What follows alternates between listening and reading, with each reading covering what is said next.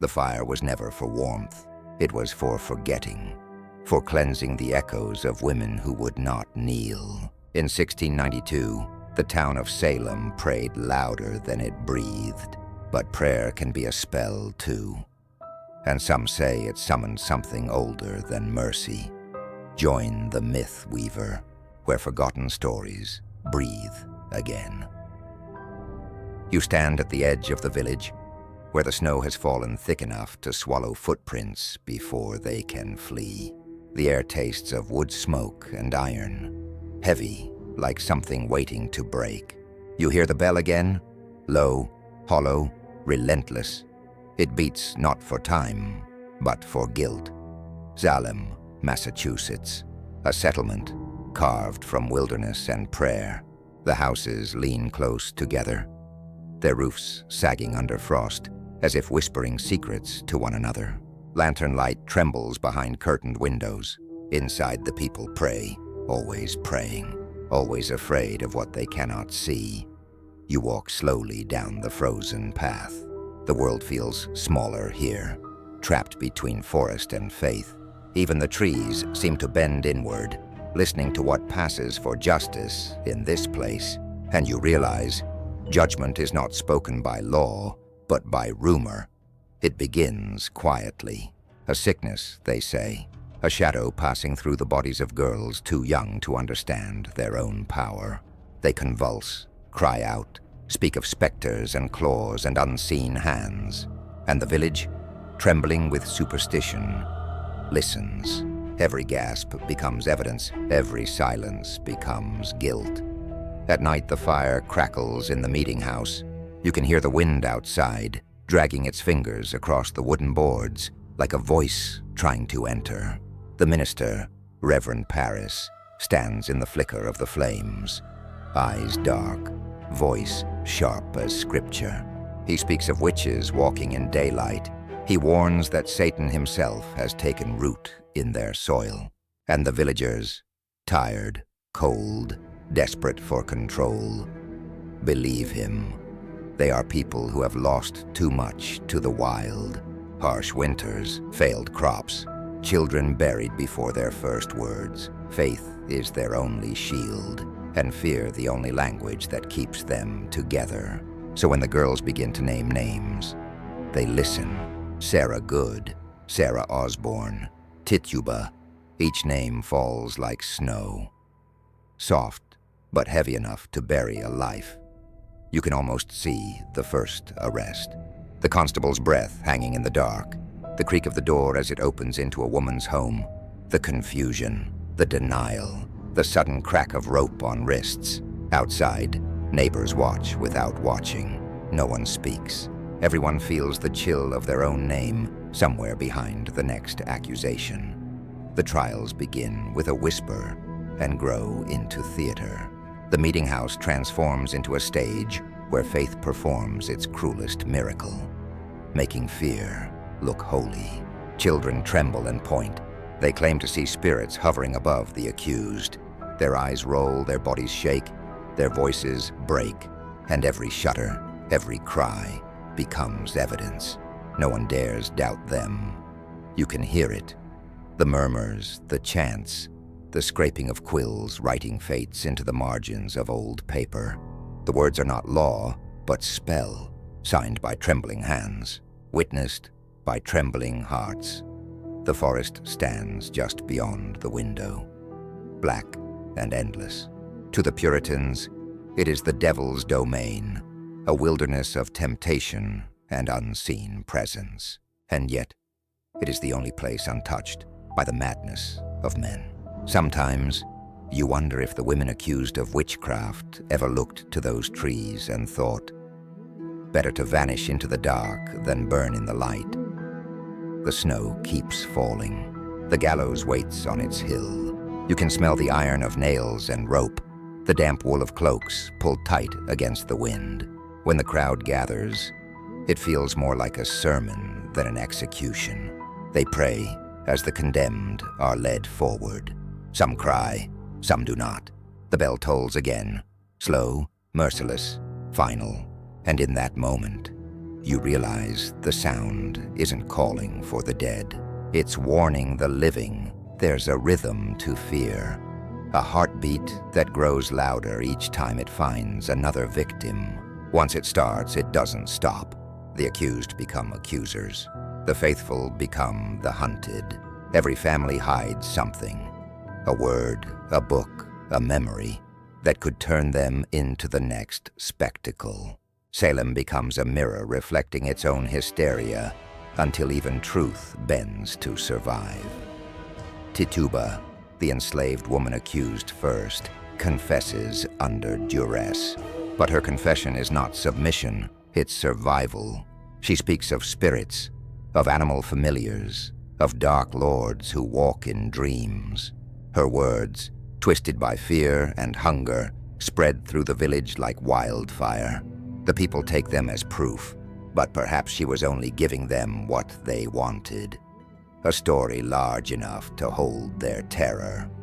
By spring, the prisons overflow. Women and men wait in darkness, their breath clouding the air. They whisper to one another through cracks in the stone. Prayers, songs, apologies, memories. Each sound becomes softer, more uncertain. Outside, the snow melts, but the cold remains. You can feel it, a slow tightening around the soul of the village.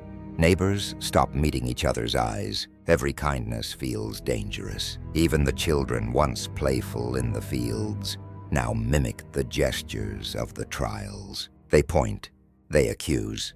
They learn early that power, even false, feels good when you have none. At dusk, you walk back toward the forest's edge. The bell has gone quiet now. Only the crows speak, their cries sharp against the silence. In the distance, you see smoke rising, not from homes, but from memory. The forest watches. It always has. Some say it remembers what the people forgot, that the roots still hum with the voices of those who were lost here, that if you stand still enough, the wind will whisper their names back to you. Others believe the forest took their pain and turned it into a kind of protection, a silence that swallows judgment before it reaches the trees. But deep inside, you feel something else. A knowing that what happened here was not about witchcraft or demons or women's defiance. It was about fear, raw and ancient. The same fear that built walls, wrote laws, burned books.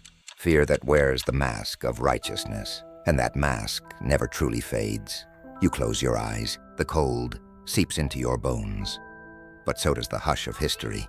The snow, the whispers, the cries. They merge into one soft hum, a lullaby of the past, and in that stillness, you sense the truth. Salem never ended. It only changed its name. The bell will ring again someday, somewhere, and someone will listen to it without knowing what it meant. But tonight, as the forest breathes and the stars tremble above the frozen roofs, you let the sound drift through you, a slow, haunting echo of a village that once judged itself in the dark. And the forest still listens. You walk where the last footprints end. Snow bends beneath your step, and the world behind you, the village, its church, its bells, seems to exhale and vanish into the pale horizon. Before you, the forest, tall, dark, breathing. The pines stretch upward like green-black columns in an unholy cathedral. Their tops whisper secrets to the wind that no sermon ever dared translate. Sap glistens on their bark, a thick, amber, ancient. And you can smell it. Sharp restlessness mixed with the faint sweetness of decay. It is the smell of time itself, heavy and patient. This is where the villagers feared to linger. Even at noon, the shadows seem to fall in unnatural directions, curling inward, as if the forest folds over itself to hide what lives within. The Puritans called it the Devil's Acre, a wild land where no cross could hold power. where women spoke to unseen spirits, where whispers took shape. They believed evil moved here not as a beast, but as a presence, a thought, a suggestion. And once that thought touched you, it never left. You pause beside a fallen tree, its trunk hollowed by years of rot.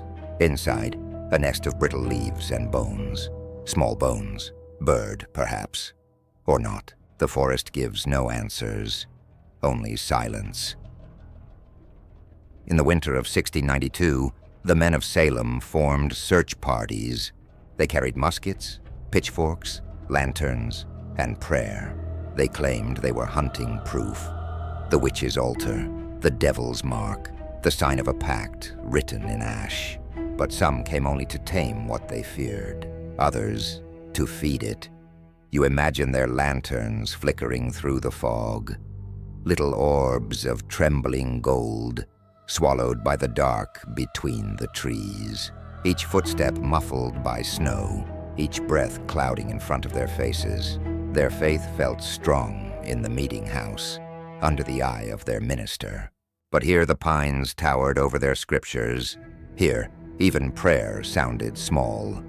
They said the first to go missing was a woodcutter named Abner Crane. He was a quiet man, known to hum psalms while felling trees. One evening he followed tracks, prints too large for any deer, too human for any animal, deep into the grove. His axe was found days later, lodged in a stump slick with frozen sap. But Abner was gone. Only his humming was heard, carried by the wind long after the search had ended. In Salem, that became proof enough. If the devil could hide in the forest, then the forest itself must be damned. They began burning its edge. Small clearings where fire met frost, where light tried to carve out safety. The smoke rolled back toward the village, thick with the smell of pitch and sorrow. Yet still, the trees stood tall, unbroken, as if each flame was only a candle on their altar. You move deeper now, where the light grows thin. The air grows still, too still. No birds, no wind, only the soft sigh of snow falling through branches. You feel as though the forest is waiting, not hostile, not kind, merely aware. Some nights, they said, you could see figures moving between the pines, women in white, barefoot on the frost, eyes open but unseeing. They were said to be witches, or the echoes of the accused, wandering where their names were first cursed. Others swore they saw men in black cloaks, faces hidden, carrying something heavy between them. A chest, a book, a burden no one dared name. In one tale, passed quietly from mother to child, the forest was said to have grown from a single, cursed tree, planted by those who fled from the old world, who carried with them a relic soaked in forbidden rites. The roots drank secrets, the soil remembered sins, and so the forest became a library of silence, where every fallen soul left a page. You stop again, somewhere close. Something creaks, wood bending under weight, slow, deliberate. It could be a branch, or it could be something else. The forest holds sound differently, bending it, sending it back to you in a voice not quite your own. They found more signs. The men of Salem, bundles of twigs tied in strange knots, a ring of stones blackened by fire, symbols carved into bark, circles within circles, crossed lines like eyes watching from the grain. No one knew who made them, but when the magistrates saw, they nodded grimly and wrote in their ledgers, evidence of compact. The forest did not argue. It only listened. Night falls faster here, the light devoured by layers of pine. You can see the glow of lanterns flickering faintly through the distance, their bearers shouting names, prayers, curses. Some swear they saw shadows moving just beyond reach, not fleeing, not attacking, only standing still. And the deeper they walked, the quieter they became. as though the trees themselves were listening for every heartbeat. A few returned by morning. They spoke in fragments, of eyes like embers, of voices beneath the snow. One man tore at his coat, swearing something had touched him, cold and human, though no one stood near. He did not live long after. They said he wandered into the woods one final time, whispering, "She's waiting." No one asked who she was. By spring, the forest reclaimed its silence. Moss crept over the burned clearings. Birdsong returned, hesitant and distant. But in Salem, fear had already taken root deeper than any tree. They had looked into the forest and seen not the devil, but their own reflection. The hunger to find an enemy where there was only shadow. You feel the same cold that must have crawled into their bones. It is not the cold of winter, but of knowing too much. The pines move softly overhead, brushing the sky. You wonder if they remember those who entered with fire and left without breath. Perhaps their roots still cradle the echoes of human footsteps, still drink the silence of their final prayers. The air thickens again. Snow begins to fall heavier, slower. It glows faintly in the dim light, as if carrying whispers from centuries ago. Somewhere between the trunks, you think you see a figure. A woman, pale, still, her hair tangled with frost. But when you blink, she's gone. Only a trail of disturbed snow, leading deeper, always deeper. The forest breathes once, long and low. It exhales resin and memory, a perfume of ancient grief, and you realize this place never needed proof of the devil. The proof was always human. It walked on 2 feet, spoke in sermons, and feared its own reflection in the dark. You turn back toward the village, though the path has already been erased by snow. Each step feels like walking through someone else's dream. Soft, slow, endless. Behind you, the forest closes its mouth. The pines sway, whispering to one another in a tongue that sounds almost like laughter, almost like prayer. And in that hush, you understand. No one ever truly left these woods. They simply became parts of the silence that follows you home. You wake to the scent of smoke and rosemary. It curls through the narrow cracks of a wooden door, a door barred from the outside. Somewhere beyond it, a voice murmurs a prayer not meant to save, but to test. The words are sharp, deliberate, soaked in fear. It is Salem again, though the snow has thinned and the ground breathes through frost. Rumor moves faster now, through kitchens, through pulpits, through dreams. They say the devil leaves a mark, not a wound, not a scar, but something beneath the skin, a secret signature only pain can reveal. You can feel the weight of those words, even now. In this world, sickness has no patience for science. Medicine wears the face of magic, and women who know the language of herbs are both needed and feared. They mix willow bark for fever, lavender for grief, mugwort for sleep. They whisper to infants in candlelight, binding them to life with lullabies older than scripture. But knowledge, when held by the wrong hands, becomes heresy. And so the midwives became the hunted. You see her now, a woman named Deliverance Hobbs. She kneels on the dirt floor of her cottage, her palms blackened by soot and ash. Behind her, shelves lined with dried flowers, small vials of oil, bones of birds, sprigs of nettle. The air smells sweet and bitter all at once. Her husband stands in the doorway, torn between love and fear. He has heard the whispers, that her touch can heal, that her touch can curse. When the constables come, she does not scream. She folds her hands, calm as snowfall. They search her home, tearing through bundles of herbs, scattering years of quiet labor. They find only what they came for, evidence they can understand.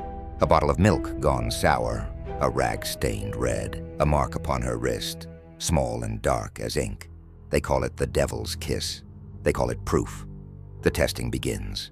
In rooms without warmth, beneath the watch of trembling ministers, women are stripped of their dignity and their silence. Needles press into flesh, searching for the spot that will not bleed.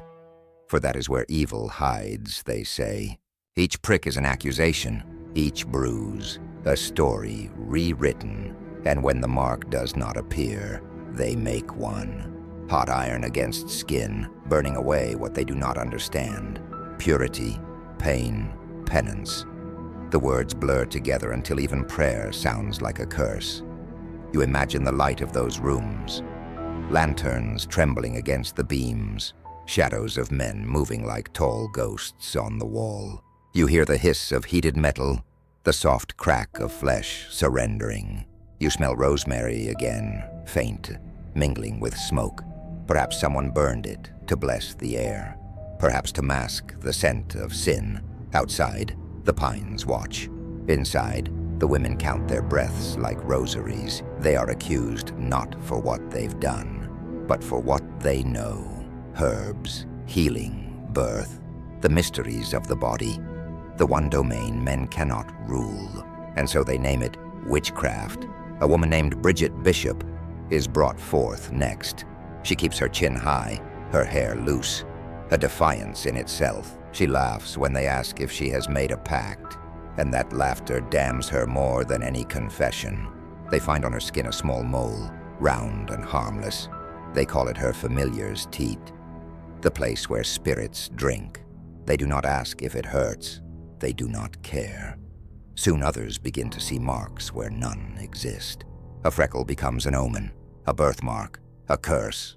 Mothers inspect their daughters in candlelight, trembling, praying the skin will stay clean of the unseen.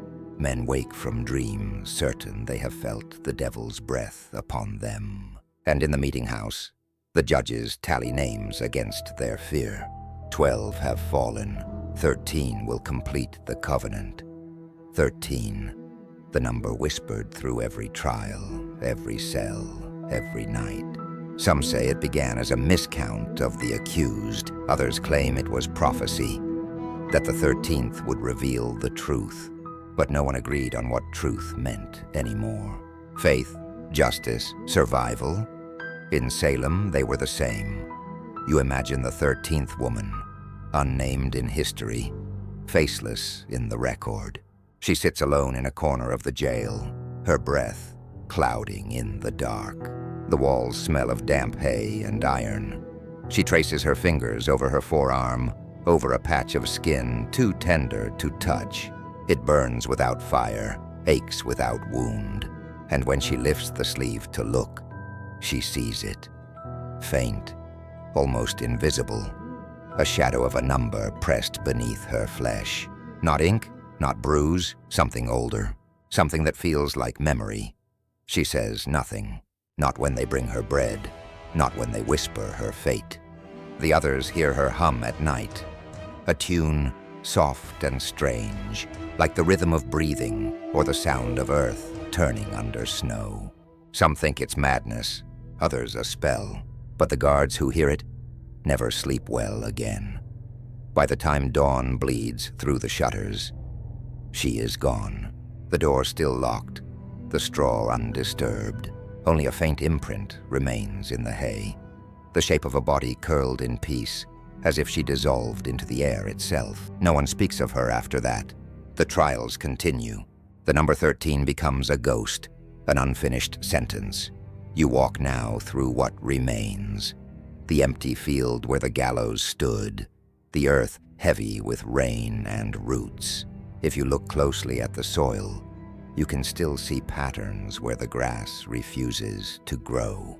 Lines, circles, numbers, 13, always 13. The stories say those marks reappear on certain nights, on the skin of children born under a waning moon, on the bark of trees that grew where ashes were scattered, on the palms of those who touch too closely what the world calls forbidden.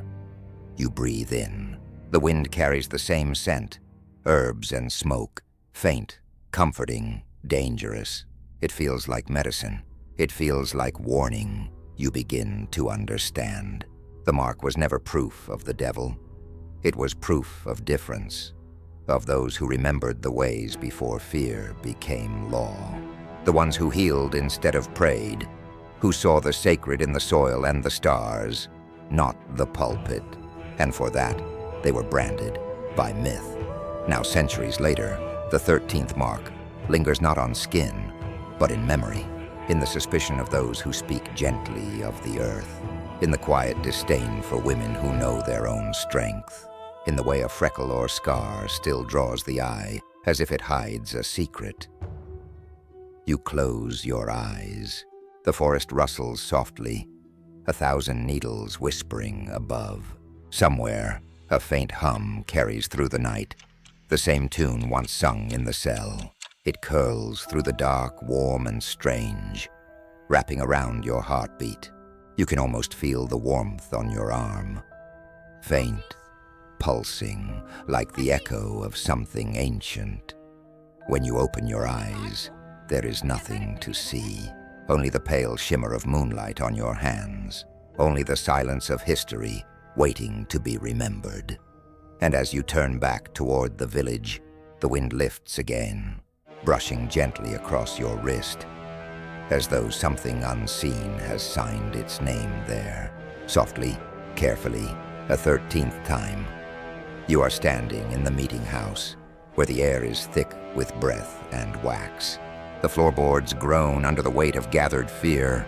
Candlelight trembles across the faces of men who believe they are instruments of God. Outside, the winter wind claws at the windows, but inside, the true storm begins. It is April of 1692. The trials have entered their fever. The air smells of tallow and smoke, parchment and sweat. You can almost hear the prayers crawling between the rafters, half plea, half curse. This is no longer judgment. It is theater, and the actors no longer remember they are performing. You take your place among the watchers. Before you stands the long wooden table, the judges seated in their wigs, faces pale and heavy with sleepless righteousness. At the center, Chief Magistrate William Stoughton, his hand always near the Bible, as though afraid it might fly away. He listens not with reason, but with hunger, for proof that cannot be seen, for a world where his fears wear faces. The crowd hushes as the accused is brought forth, a young woman this time, her wrists bound with rough rope, her hair tangled, her eyes wide, as if she has been woken from another world. Her name no longer matters. They have already renamed her witch. The first witness steps forward, a trembling girl with a candle in her hand. She claims the woman's specter has visited her in the night, choked her in her sleep, pressed upon her chest, until prayer itself broke into silence. Her voice quivers, but her tears are a kind of proof. The judges nod. The scribe writes. The room exhales, spectral evidence, the invisible testimony of dreams and visions, accepted as divine truth. If you were seen, not in body, but in spirit, you were guilty. The law no longer needed eyes, only imagination. You watch as the accused pleads. Her voice cracks, not from guilt, but from disbelief. "I have harmed no one," she whispers. But her words are drowned by the sound of another scream. A girl in the front row convulses, her limbs jerking, her mouth wide in silent terror. She points. There, her shape. Her shape stands beside her. The hall erupts. The minister cries for order. Men cross themselves. Women clutch their children. The accused turns, sees nothing. But that is the cruelest trick of all. In Salem, what cannot be seen must be believed. The candle flames bow in the draft. Wax drips faster, pooling like blood around the bases. The air feels thinner, as if each accusation steals a breath from the room. You can almost feel the shift. How imagination becomes doctrine. How fear rewrites scripture. The ministers cite the book of Samuel, the witch of Endor, the devil's power to appear in borrowed forms. And so the impossible becomes divine logic. The unseen becomes the holiest proof of all.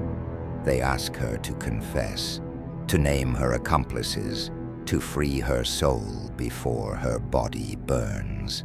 She hesitates, and that silence damns her more than any curse could, because innocence does not hesitate, only guilt pauses to think. You notice the judge's hands trembling, not from doubt, but from the weight of their own righteousness. Every verdict feels heavier than the last. They have begun to dream strange dreams, of faces floating above the pews, of the accused standing silently at the foot of their beds. They wake, gasping, believing their victims have come for them in spirit. But they call it temptation, not guilt. They call it the devil's retaliation, never their own conscience. In the gallery, the villagers shift uneasily.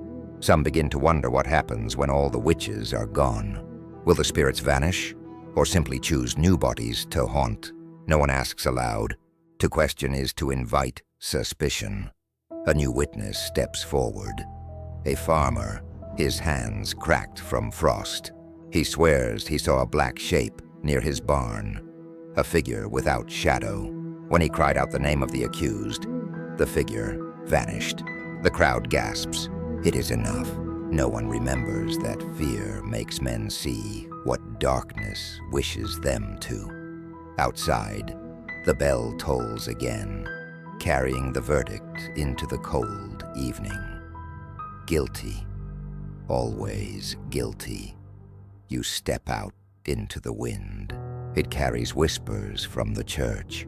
Psalms turned to murmurs. Murmurs turned to sighs. The night feels alive, as though the very air has learned to listen. The trials continue for months. Spectral evidence becomes their heartbeat, a rhythm of accusation and belief. And with each new hanging, the faith of Salem grows stronger, because fear, once fed, becomes a kind of devotion. But something else begins to happen. The judges grow pale.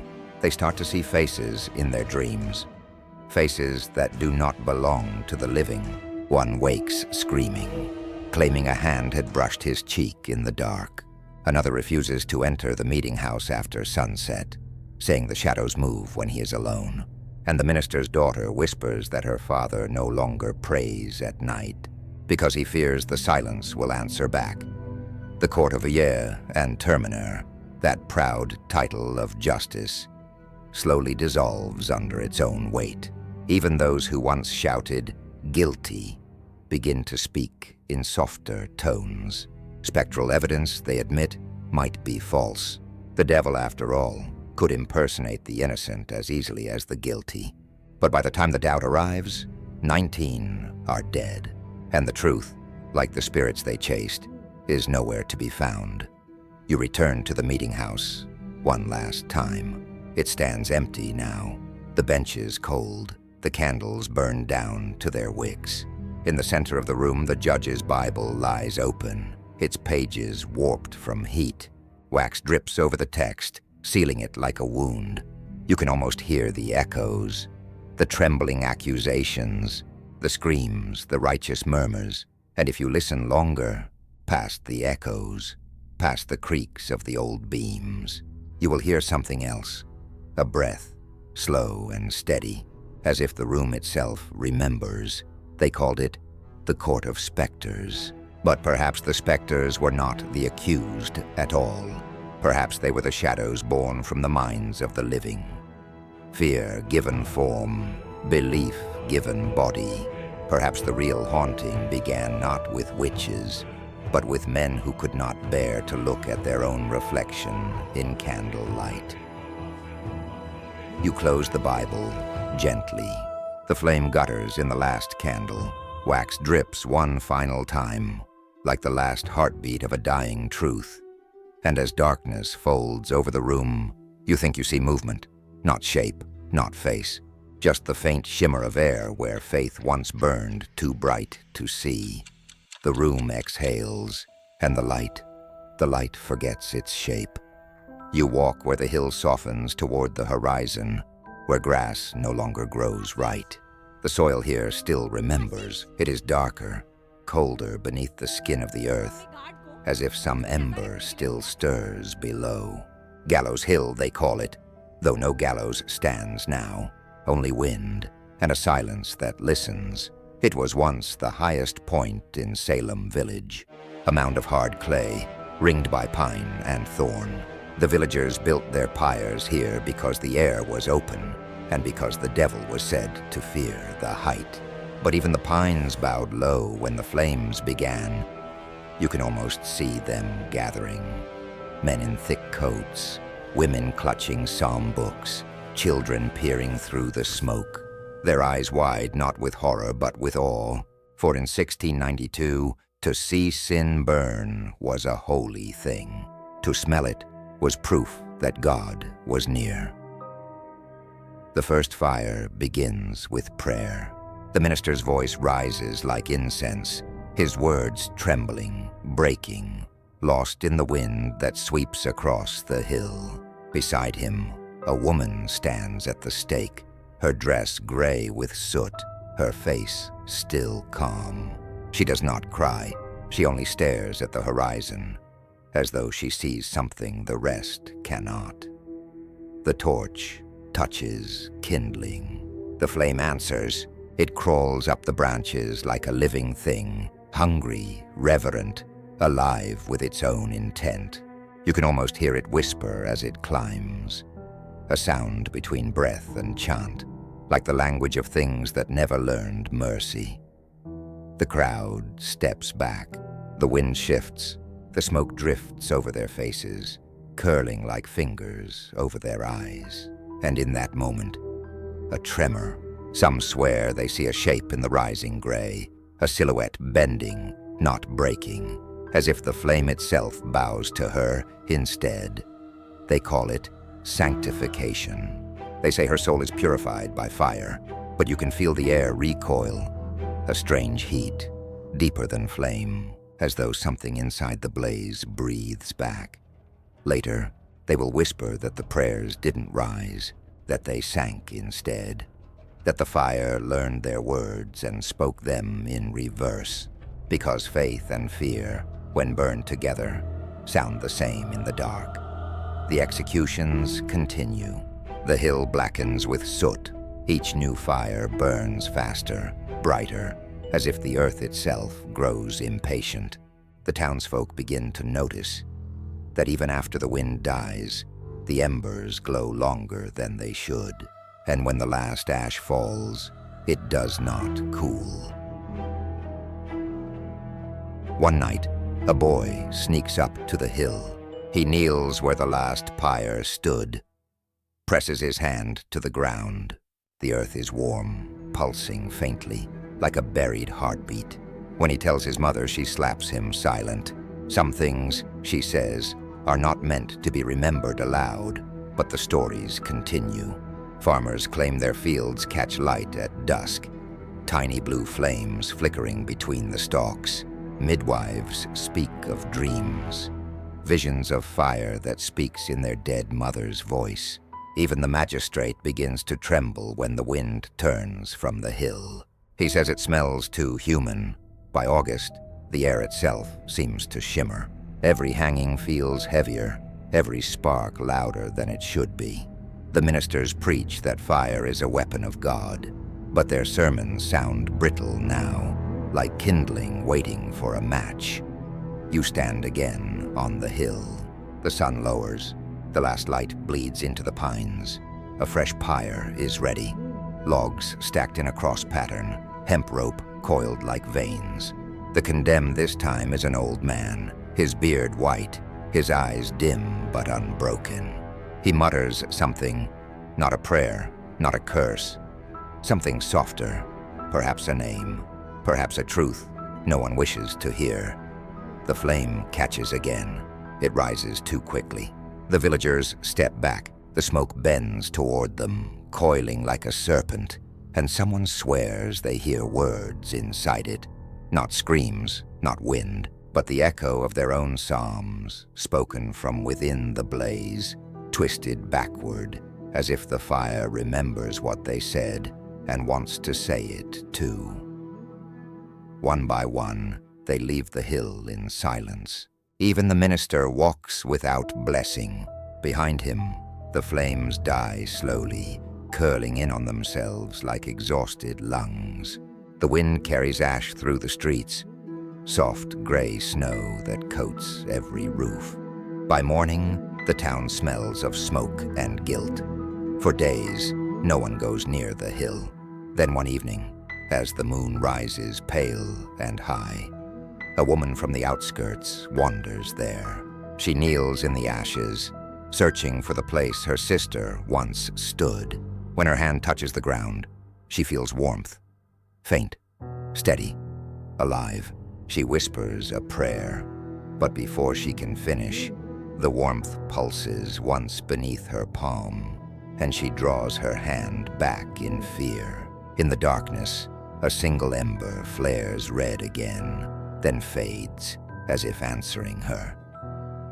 The next morning, she tells no one, but the villagers notice something strange. Where the ashes had been scattered, small shoots of green push through the soil. Tiny, pale leaves, shaped almost like tongues of flame. When the wind blows through them, they rustle like murmured speech. The children say it sounds like whispering. The elders say it is only the wind. But you know better. You can feel it too. The faint vibration, like a prayer spoken from below the earth. Over time, the fires stop. The trials fade into rumor. The gallows rot and vanish. But on certain nights, when the moon is thin and the pines sway low, a faint glow still rises from the soil. People call it foxfire or witchlight, a trick of decay, nothing more. And yet, standing here now, you can almost see faces in that glow. Faint, shifting, as though the smoke never quite left, as though something lingers, waiting for the next spark. The fire took the bodies. The faith took the names, but neither could take the sound that came after. That soft, rhythmic hum that still drifts across the hill when the wind is right. It is not song, not prayer, something in between. The fire's reply, perhaps, to all the words it was forced to carry. You turn to leave, but you glance back once more.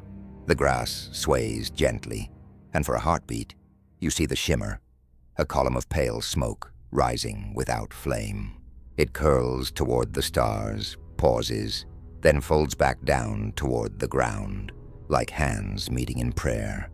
And in that quiet moment, as ash stirs soft as breath around your feet, you understand. The fire was never theirs to command. It never sanctified, never judged. It only listened and remembered and prayed back. You stand inside the prison long after the voices have gone. The air is thick with salt and damp, the scent of mildew and candle smoke pressed into the walls. Chains sway softly, though no one moves them. Somewhere, water drips, a slow, endless rhythm, as if the stones themselves are counting what the living tried to forget. They called this place the jail, a word meant to sound ordinary. But here it feels more like a mouth, dark, hungry, whispering back whatever words were spoken inside it. In the corner, straw has long since rotted into dust. You can still see the shape of where she sat. The last woman, the one who did not plead. Her name, depending on which record you read, was Martha, or Mary, or none of those at all. The scribes disagreed. Even the ministers couldn't settle her story, because silence cannot be written down. It has no ink, no proof, only memory, and memory lies. The townsfolk remembered her smile first. Not the crime, not the trial, only that faint, impossible smile as the rope brushed her shoulder. They said she looked past them, not through them. They said she mouthed a word no one heard, and when the trapdoor fell, the world seemed to stop breathing. You can almost hear it now. That moment when all noise collapses into stillness, when the air refuses to move. The rope creaks once and then nothing, not even birds, as if the world itself took a breath and never exhaled. Later they claimed her silence was witchcraft, that she had cursed the air itself to bear her voice, that her quiet was louder than any scream, because silence unsettles more than sound. It makes the heart search for noise that isn't there, makes faith doubt its own echo. In truth, she was not the first to hang. By then, Salem had already buried too many names beneath scripture, but something about her ending felt different. The crowd didn't cheer. The magistrate didn't look proud. Even the executioner refused his pay until dawn. When he finally spoke, he said he could still feel her hand clutching his sleeve long after she fell. Not pulling, not pleading, just there. The next morning, the minister tried to lead a prayer, but his voice cracked halfway through the psalm. He said he could still hear her, even in his dreams, not speaking, but standing behind him, waiting for him to finish, so she could begin. The jailer kept her cell closed after that. He locked it with iron and nailed a cross to the door, but at night, he swore he heard something moving inside, a faint scraping sound, as if someone were writing slowly against the wall. When he finally dared to open it, he found no one, only lines etched into the stone, small, careful scratches that spiraled like a pattern of stars. No one could read them. Some said it was a prayer in reverse. Others said it was the shape of the wind the night she died.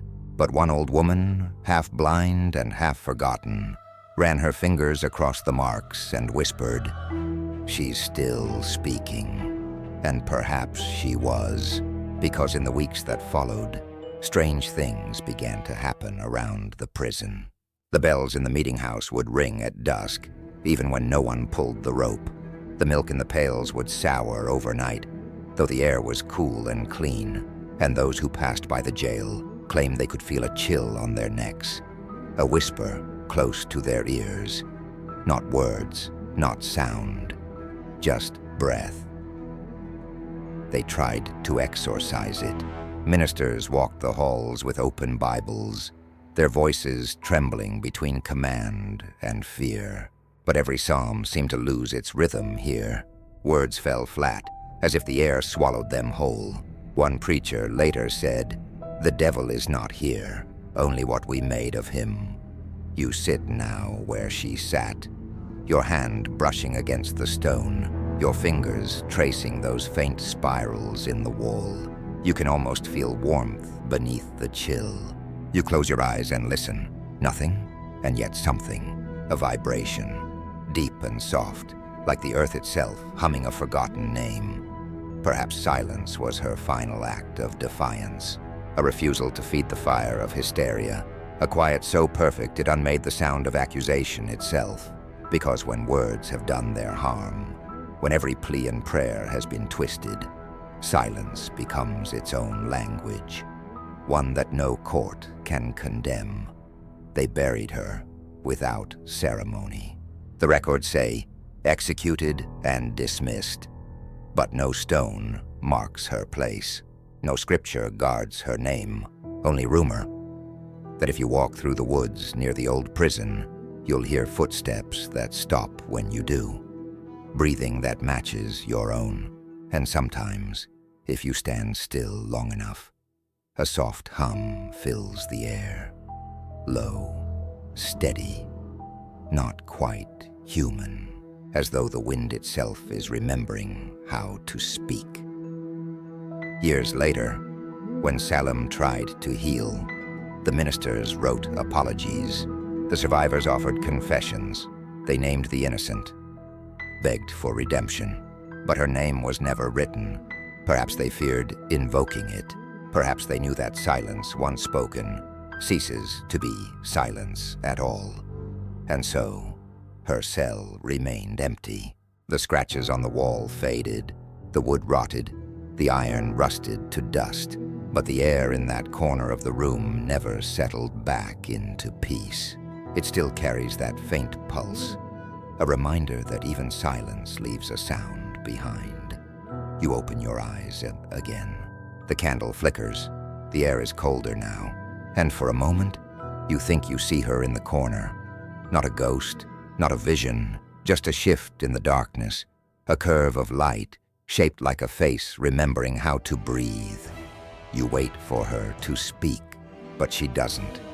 She only watches, as if to ask whether you understand.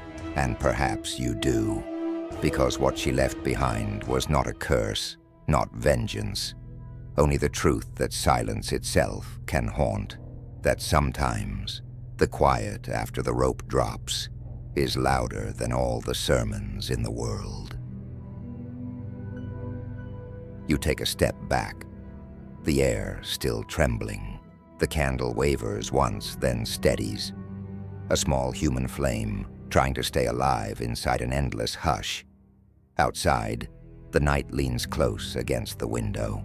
Somewhere far away, a church bell sighs, and in the stillness between those final notes, you almost hear her again. Not speaking, not weeping, just breathing, just waiting. A whisper made of nothing and memory. The silence that followed was not human. It still isn't. You find it by accident. The floor gives way beneath your step. A soft groan of old wood, a whisper rising from dust that has slept for generations. Inside the hollow, wrapped in cracked parchment and faint perfume, lies the journal. Small, leather-bound, edges blackened as though touched by fire. The scent clings to it. Lavender, the kind they once burned in sick rooms and graves. Its spine creaks when opened, the ink browned to the color of dried blood. The handwriting is elegant, deliberate, not the frantic scrawl of confession, but the calm, steady rhythm of accounting. You read the first page, and the world shifts. It does not begin with names of the damned. No witches, no confessions, no scripture, only a single phrase written like an oath. The wages of purity must be paid. Then a list. Dozens of names. Familiar ones, not the accused, but the accusers, merchants, elders, the same ministers who thundered from the pulpits, their hands raised toward heaven, their palms quietly open toward gold. Each name carries a note beside it. Land transferred, debts forgiven, inheritance seized. The dates align with trials. Each hanging matches a transaction. Every rope was an investment. You turn the page, heart quickening. The ink thickens. A faint smear, like a fingerprint, mars the margin. And in the faint candlelight, you realize it isn't ink. It's soot, mixed with oil, as if each word was written beside a burning candle that spat sparks, as if the ledger itself breathed the same smoke that once choked the accused. The next entries are stranger. Numbers replaced by symbols, triangles, circles, loops that resemble eyes. Some are drawn over with wax, as though meant to be hidden even from whoever wrote them. And on the inside cover, faded beneath smears of lavender oil, a single sentence scratched into the leather. Fear is the truest tithe. You sit with that sentence a long time. The air seems to tighten around you. Outside, wind brushes against the old boards, the sound like paper turning itself. You picture the minister, the man who owned this journal, kneeling before a table, ink-stained fingers trembling, writing not prayers but prices. His name, though never signed, lingers between the lines. He had been the loudest in the trials, the voice that condemned, the hand that blessed the flames. History painted him as righteous, but this ledger rewrites him as a merchant of faith, trading salvation for land, repentance for coin, and God for power. You imagine him at night in his parsonage, writing by the glow of a single candle. The village sleeps. Outside, Snow whispers against the windows. Inside, he dips his quill again and again. Each drop of ink, another life tallied, another confession turned into property. He pauses only once, to open a vial of lavender oil. He rubs a drop onto his wrist, to mask the stench of what he's doing. But even scent cannot hide guilt. There are passages in the back, written in code. A cipher of initials and symbols. Some scholars later claim they represent hidden donors, perhaps those in neighboring towns who funded the witch hunts from afar, feeding hysteria like a business venture. Others say it was darker still, that the minister believed the smoke itself carried offerings, that fear, when purified by fire, could be tithed directly to heaven. You turn to the last page. It's different. The ink trembles uneven, the handwriting no longer confident, but fevered. The entry reads, "They come to me now in silence. They whisper beneath the floorboards when I pray. They ask what their names are worth." The final word, worth, is written 3 times, each darker than the last, until the ink has eaten through the paper. The legend says the minister never left his house after that winter. He stopped preaching, stopped appearing at trials. Some said he fell ill. Others whispered that he'd gone mad, haunted by his own arithmetic. When they found him, he was kneeling by the hearth, his hands blackened with soot, the ledger clutched to his chest. The fire was out, but the air still smelled faintly of lavender. For decades, no one spoke of him again. The parsonage fell to ruin. Children dared each other to peer through its windows, claiming to see the faint glow of a candle flicker inside. And whenever a storm swept through Salem, the wind carried a strange fragrance. Sweet, smoky, sorrowful. Now as you hold the ledger in your hands, the air feels thick again. Your fingertips are dusted with black.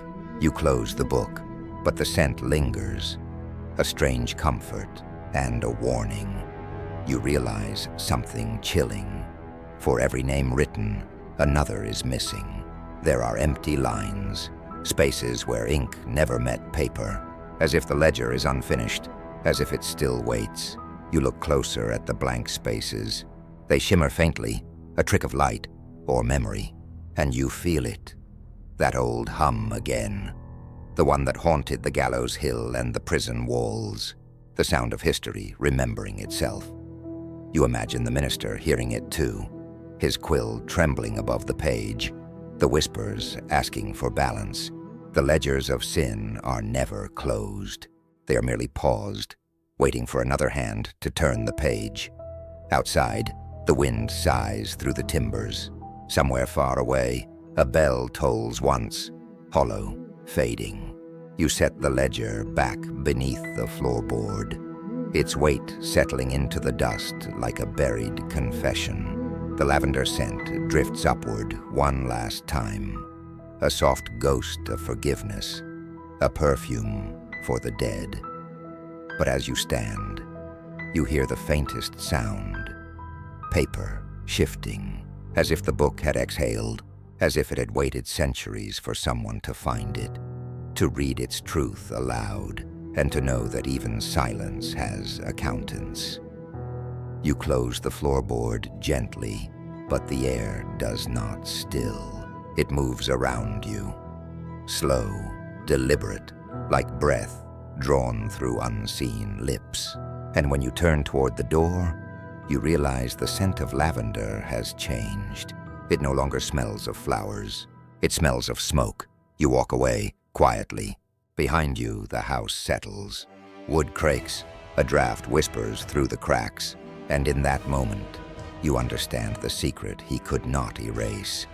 That fear was never free. Someone always paid for it. And in the end, the fire keeps the books balanced. The discovery began with curiosity, not faith.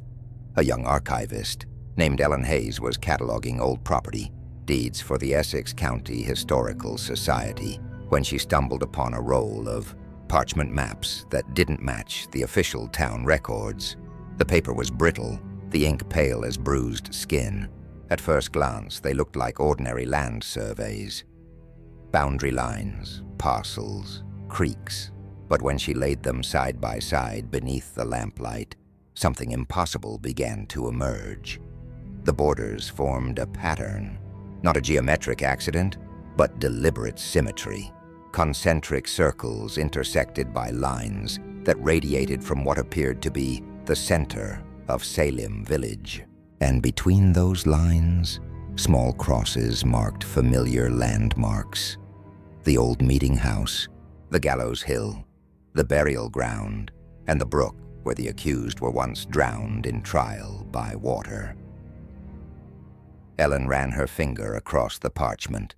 Each circle touched a place where something had burned, bled, or been buried. It was not a map of property.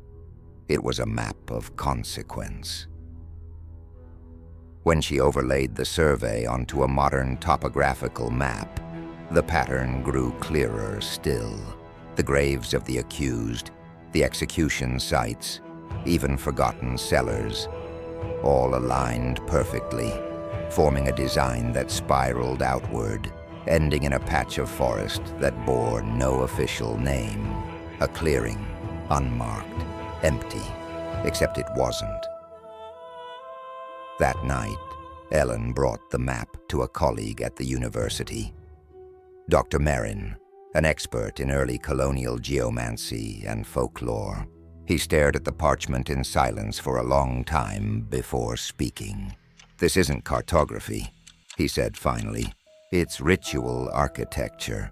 He explained that in certain 17th century traditions, mostly whispered through European occult, sex, locations of violence or confession, could be arranged deliberately to bind something beneath the earth. Like nails hammered into the lid of a coffin, each execution, each accusation wasn't random. It was placement, a geometry of belief. Ellen tried to laugh it off, but she noticed something unsettling. The compass on Merrin's desk, usually steady as stone, but now spun slow circles on its own.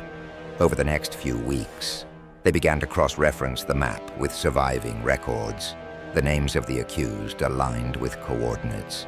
The dates of their trials corresponded with lunar phases.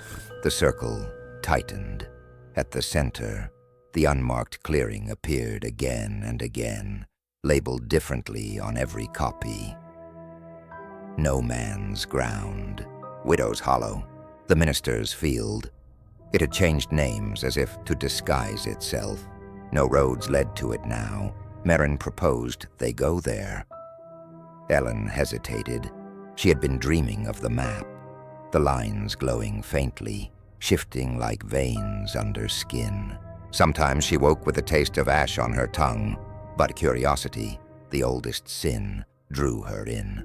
They went on the night of the new moon. The air was damp, thick with the scent of pine and wet soil. The clearing was real, a shallow depression in the forest, the trees around it warped and leaning away as if recoiling from something unseen. Their boots sank into soft earth. A chill clung low to the ground. Ellen unfolded the copy of the map under her lantern. When she compared it to the landscape, every detail matched, except one. In the center of the clearing, the map showed a small circle, drawn in red ink. No symbol, no label, just red. But the ground before her was undisturbed, blank as untouched parchment. Merrin paced slowly, his compass trembling in his hand. The needle spun faster as he neared the center. "It's magnetic distortion," he muttered. "Maybe iron beneath." He stopped mid-sentence. The air had gone completely still. Even the insects had stopped. The soundlessness was thick enough to feel, as if sound itself had been drawn into the soil. And then Ellen saw them. Faint depressions around the perimeter of the clearing. Shallow hollows in a perfect circle. Too regular to be animal burrows. Too symmetrical to be chance. Graves, she thought, but smaller, like offerings. They began to dig where the red mark had been drawn. Barely a foot down, the soil changed texture. Lighter, looser, flecked with ash. Then came splinters of something white, bone, not human, not animal, something in between, tiny vertebrae fused into unnatural shapes, as if the remains had been burned, then reassembled wrong. Merrin's hand shook. He whispered an old Latin phrase under his breath, a warding prayer from early Puritan texts. Ellen noticed his voice echo oddly, not through the air, but under the ground. The soil seemed to hum in reply. They covered the hole quickly. Neither spoke as they left the woods, but Ellen could feel it. The pull of the map still folded in her pocket, as if it remembered her touch. Days later, she awoke to find her own maps. Those she'd printed, copied, or even photographed, all subtly changed. The lines had shifted. The circles had tightened again, narrowing their spiral around the same clearing. Only now there was another mark, a faint red dot at the edge of the pattern, where her own house stood. Ellen brought the map to Merrin again. He looked older, hollow-eyed, as if he hadn't slept. His own compass lay shattered on the desk, glass cracked from within. He told her something he hadn't before, that he'd seen this design once in an old church ledger, a sketch hidden in the margins beside the list of executed witches. The same pattern, the same spiral, as if the town had been drawn according to it, not grown into it. "You can't unmap a curse," he said. "Once the geometry is known, it continues to build itself. The ground remembers." That night, he disappeared. His car was found abandoned near the forest road. The compass needle was still spinning in the passenger's seat. Months passed. Ellen stopped going to the archives. She tried to burn the maps, but the ash refused to scatter. It clumped together, holding its shape even in the wind. When she closed her eyes, she saw the pattern still. Sometimes she thought she could hear movement beneath the floorboards, like something tracing circles below her house. The local papers eventually printed a brief note. Dr. Elias Merrin, missing since October. Last known location, Widow's Hollow. No mention of Ellen or the maps. But in the Salem Historical Society, there's now an empty drawer labeled Unsorted Material. 1692 property records. Inside lies a single compass. Its needle turns slowly, endlessly, even though the air is still. Historians argue about the pattern's meaning. Some call it coincidence, the byproduct of clustered settlements. Others claim it's proof of an ancient ritual network, a geometry older than Puritanism itself, drawn not to bless, but to contain. Yet every few decades, a new researcher returns to it, drawn by the same whisper of discovery. Each time the maps resurface, new lines appear, roads, foundations, even electrical grids, all bending subtly toward that same clearing, as if the land itself obeys a forgotten compass. And those who visit the place at night say the trees still lean outward, and the air still hums faintly, and that if you hold a compass too long, it begins to pull your hand toward the center, like a heartbeat remembering its first rhythm. They say the pattern was meant to bind the past.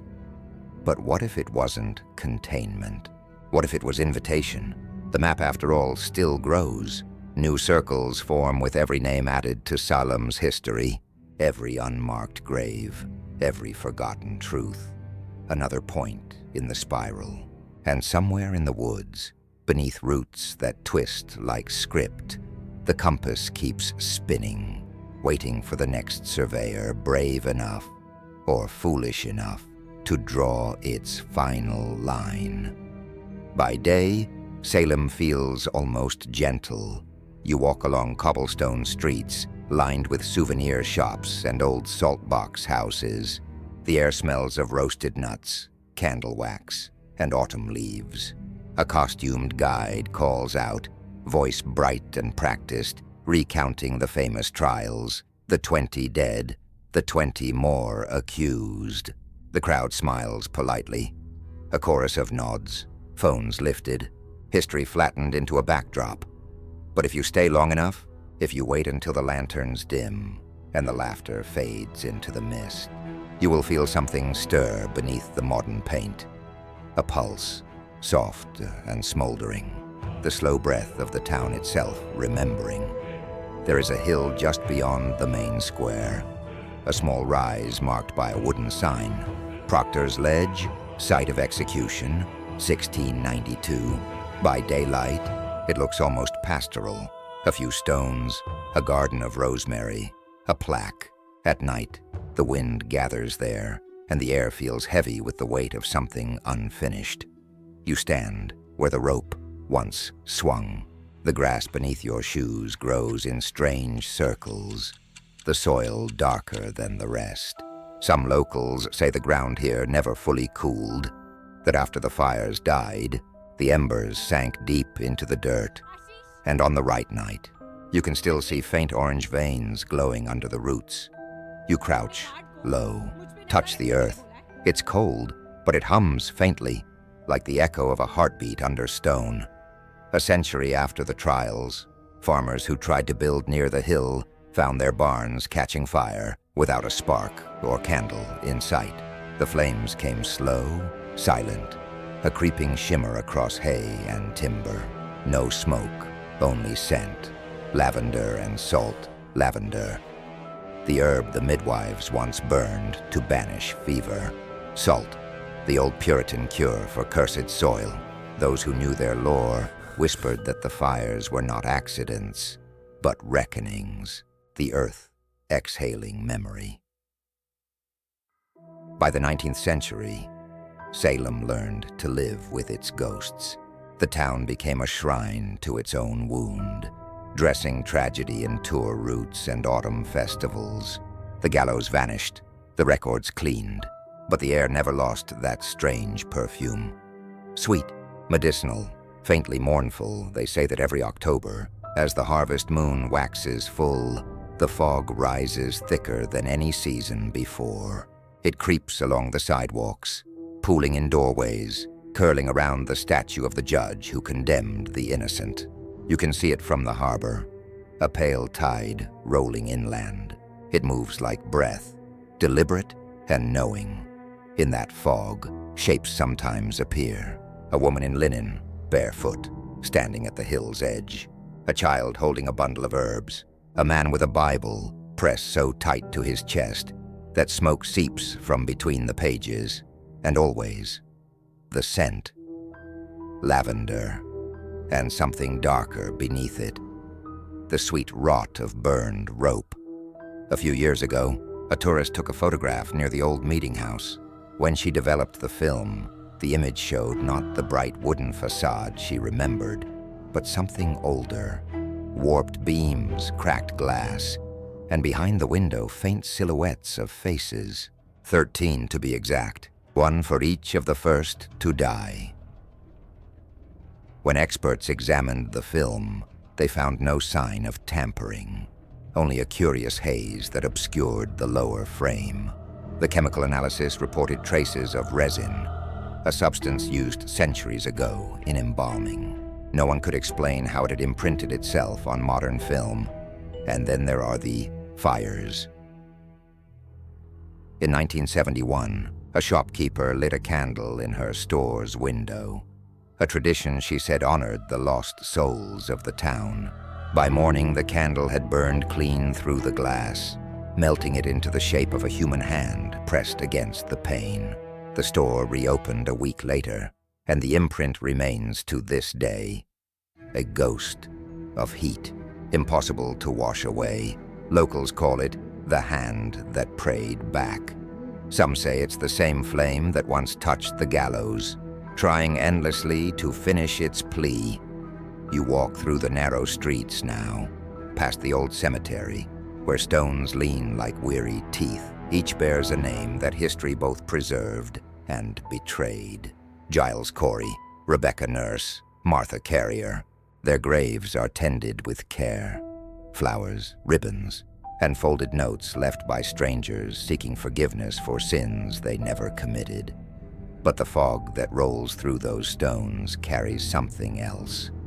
A murmur too low to understand. like a congregation praying backward in time. If you listen long enough, you'll hear words that aren't words, just breaths that refuse to end. Modern Salem is alive in ways its founders never dreamed. Cafes hum with chatter, tarot cards flutter on tables, and witches, real and self-proclaimed, fill the town with laughter, color, defiance. They speak of healing, of reclaiming the name that once meant only death. They burn sage and lavender, not to ward off evil, but to soothe the soil itself. Yet even they pause sometimes, hands mid-gesture, eyes distant, because no matter how gentle the ritual, there are nights when the flame refuses to stay still. It bends sideways, flickering toward the window, as if something unseen has drawn close to listen. Some researchers claim the lingering scent of smoke in Salem's air comes from peat and old wood trapped beneath the foundation. Others insist it's psychosomatic, the mind remembering what the nose cannot. But every theory leaves one question unanswered. Why does the smell of lavender grow stronger only after midnight? One historian wrote in his journal, "Perhaps the embers are not memory, but remorse made visible." He was found dead in his study a year later, his lantern still burning, its flame blue and scentless. Now when you stand on that hill, you can hear laughter from the streets below, joyful, innocent, unaware. It drifts upward, mingling with the whisper of wind through pine. The town lives, thrives even, but beneath its surface, something still smolders. If you close your eyes, you can almost see them. The faint outlines of women's hands in the fog, pressing gently against the air, as if trying to touch the world that finally remembers them. And as the breeze shifts, the scent returns. Lavender first, then ash, then the faint sweetness of burned parchment. You feel warmth rise under your feet, the quiet breath of embers that refuse to die. Because some fires are not meant to destroy. Some only wait, soft, unseen, breathing through centuries of silence, warming the soil where truth still hides. And in that warmth, the past exhales again, a sigh that smells like forgiveness, and like sin, and like smoke that still remembers every name it ever carried.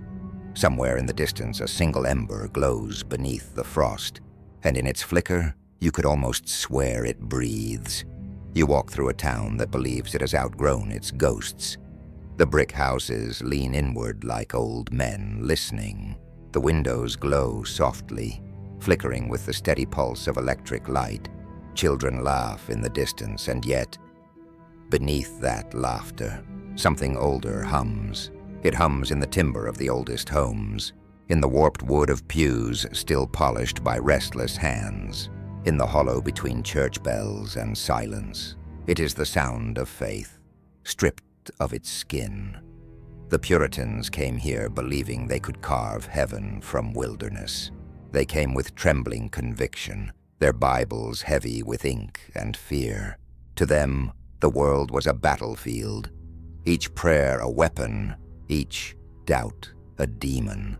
They wanted purity so fiercely that they began to see sin everywhere. In laughter, in herbs, in midwives' hands, in dreams that dared to wander too far from Scripture. They believed salvation was cleanliness, and cleanliness was control.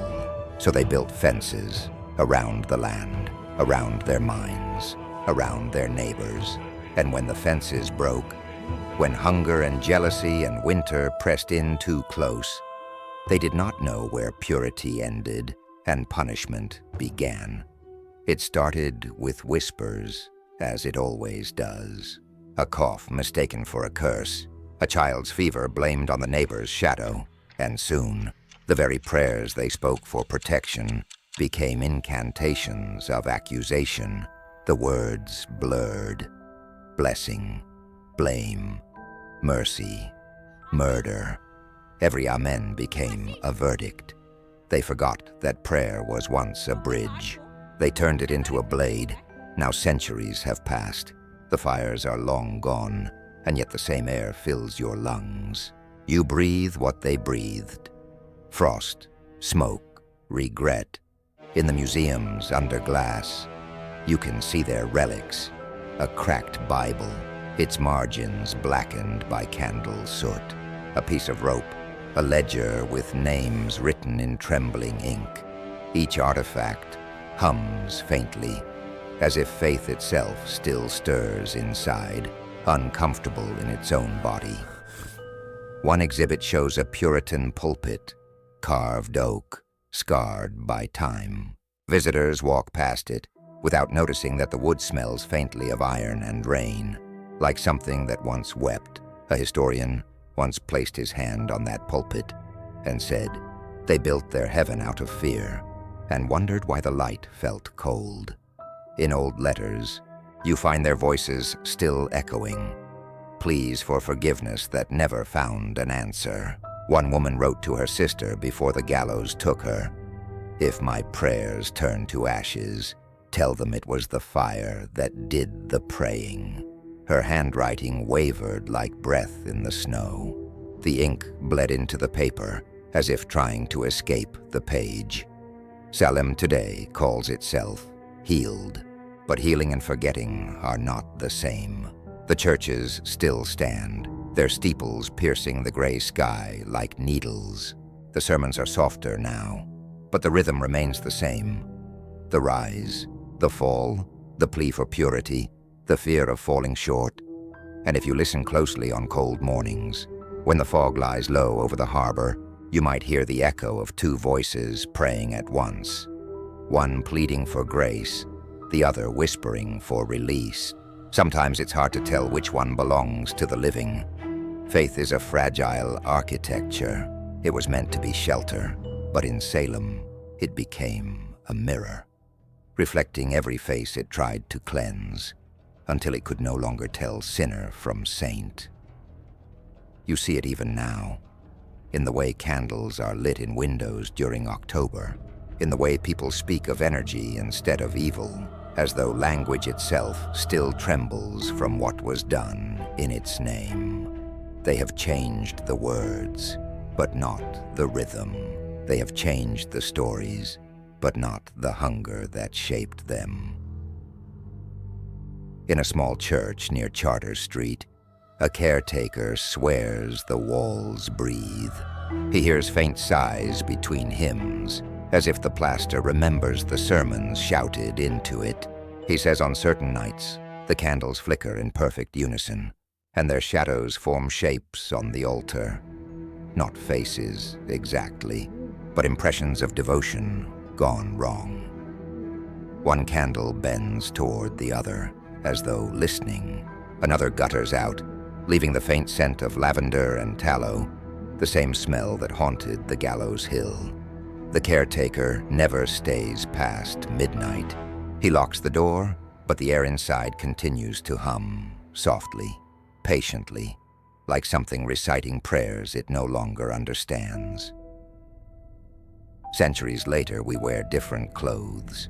We speak softer, pretend we know better. But the shadow of that old faith still flickers beneath our skin. The urge to name, to purge, to burn what we fear to understand. It no longer wears the face of religion. Now it calls itself reason, justice, virtue. The words change, but the rhythm does not. Every age builds its own gallows. Every generation lights its own holy fire. And in each flame, faith peers at itself and flinches, because deep down, it remembers what it did when it forgot its face. Tonight, as you walk past the old meeting house, the windows shine with amber light. Inside, tourists gather for a reenactment, mock trials, laughter, applause. Outside, the air grows colder. The fog curls around your ankles, and in the distance, you could swear you hear a whisper, not of words, but of breath, exhaled by something vast and weary. The church bells toll once, then twice, then stop, as if remembering. You pause beneath their echo, and for a moment, you imagine the Puritans still praying somewhere, their faces lost, their hands raised to a sky that no longer looks back. The candles in every window sway in unison, their light thin and trembling. You watch the flames bend toward the glass, toward you, and you realize that maybe the fire never died at all. Maybe it simply learned to wear gentler names. And as the last bell's echo fades into the fog, you feel it. The warmth of an old faith still breathing, still searching, still trying to remember the face it once had before the light turned cold, somewhere deep beneath the cobblestones, beneath centuries of ash and prayer. The embers shift again, soft, patient, endless. And Salem, for all its light and laughter, still does not sleep.